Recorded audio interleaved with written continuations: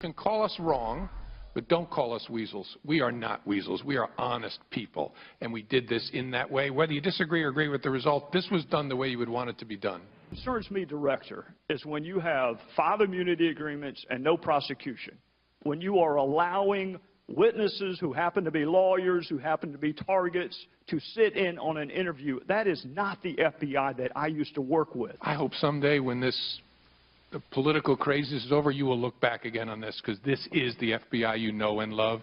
This was done by pros in the right way. That's the part I have no patience for.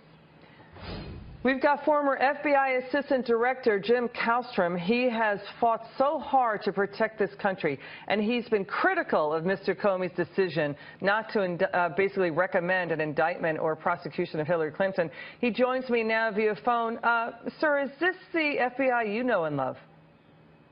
Hi, Liz. I think it really is the FBI. If people are criticizing Director Comey, they're not criticizing all the great agents that work for the FBI. They're criticizing him and his hierarchy for running I can't even explain, just looking at all the press on this case, I do not understand why they conducted the investigation they conducted. It's just out of control. When do you round up all the other co-conspirators and give them immunity? I don't believe that's ever happened in my lifetime. What do you think? It's just every time he talks, he gets himself in deeper and deeper trouble. And now the second release on a Friday afternoon of major information, I mean, it's just outrageous. The FBI should not be in that game. What do you think is happening behind the scenes at the FBI? Well, I think we're going to see a lot more of the facts come out over the course of the next few months. That's my prediction. I think it's a boiling cauldron in the FBI, quite frankly.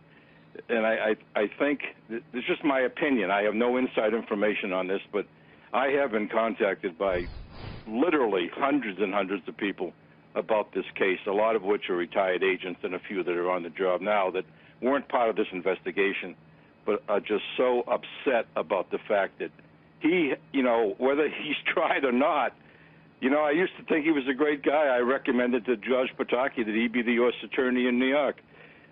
So I don't get any joy out of saying these things I'm saying, but what he's done is just absolutely contrary to how the FBI operates. And I'm sure the agents involved in this thing feel like they've been stabbed in the back. So they're upset about mishandling of classified information, I gather. And do you think there's been political pressure put on Mr. Comey? Well, unless somebody's come down from, the Martians have come down and gotten his head, I don't understand any other reason why he would be doing what he's doing. Since when the Congress sends a letter to someone, a subpoena and a letter identifying them not to destroy any evidence, and then after the fact, they summarily destroy all this evidence, that's obstruction of justice. That's a federal felony. And that's been conducted by numerous people. When do you have people who are potential co-conspirators in the interview with the main conspirator? When does that ever happen?